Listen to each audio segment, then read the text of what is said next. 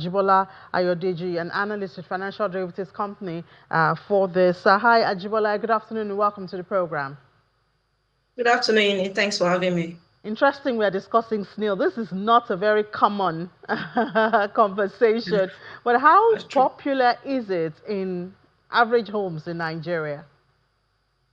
Um, because yeah, it's popular because I believe while we're growing up, we catch snails in village and all. But nowadays, we see that people are at least as people are moving to the urban area, more people like the population from the rural area, we are seeing a decline, and it's snail is something that is common during rainy season, but we are, when it comes to price now, even rainy season is not helping it now because the increase in demand is more compared to the supply that we are having now. So for a common man, it's like a luxury. Let me put it like that, like a luxury good to a common man. So it's common majorly amongst the high-end people, and the price we are seeing the price increase. I think it has increased like 87% year on year between last year and this year. And why do we see the increase? Because of the increase in demand, majorly. It's because of the increase in demand. I told you that while we were young, in the village, you can still catch it, go out when rain fall and everything. But nowadays, people use it. They are now using it's more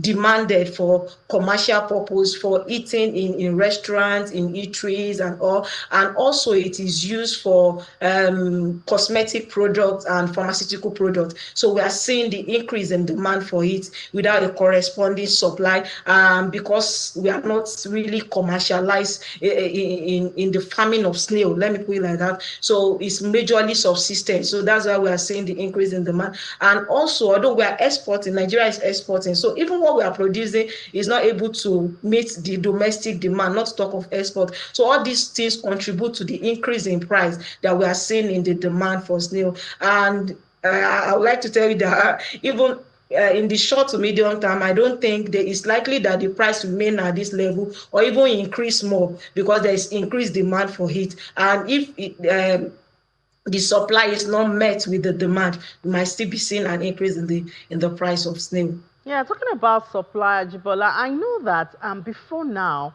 sometimes if you're on some social media platforms, there's adverts on, oh, you can learn to produce snails and all of that, but I don't see those very often, at least these days. So even though Nigeria's production capacity is about 7 to 8 million kilograms, I wonder if there's any intentionality to build an industry around snail, because like you have said, it's not just about for eating. There's also the industrial use for it, and so that means that it has a lot of economic potentials. Yes, it really has a lot of like, snail is something that has potential.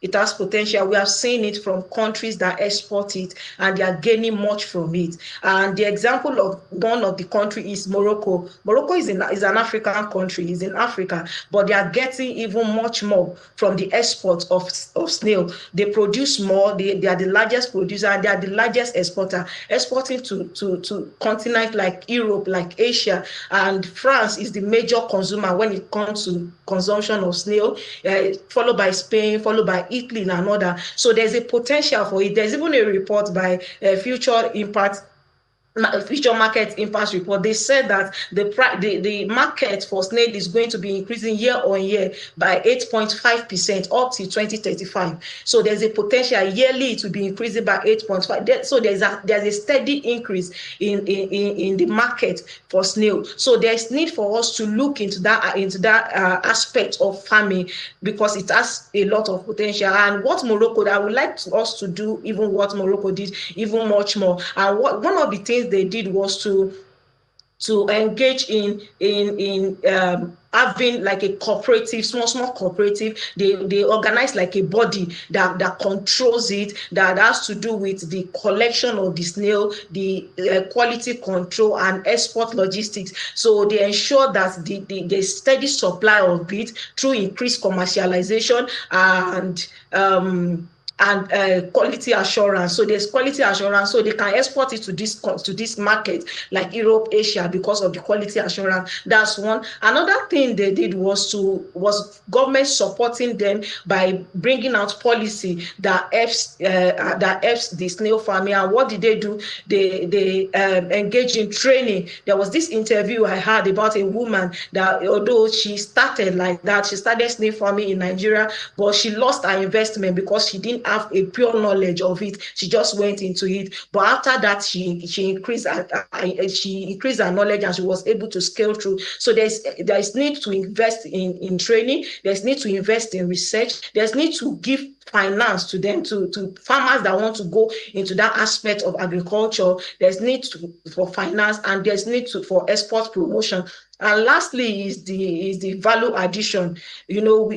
One thing that we lack when it comes to agriculture in Nigeria is value addition. We don't process it. So if there's need, we can process it into frozen food, maybe ready to eat, can eat, and all. This will also help in increasing that. It will not only help the farmers, but also help the country in gaining export earnings from it. Because Morocco, even though they are exporting more, they also engage in value addition, which they get like 3 to 5% above what they could have gotten if they engage in only live snail export alone.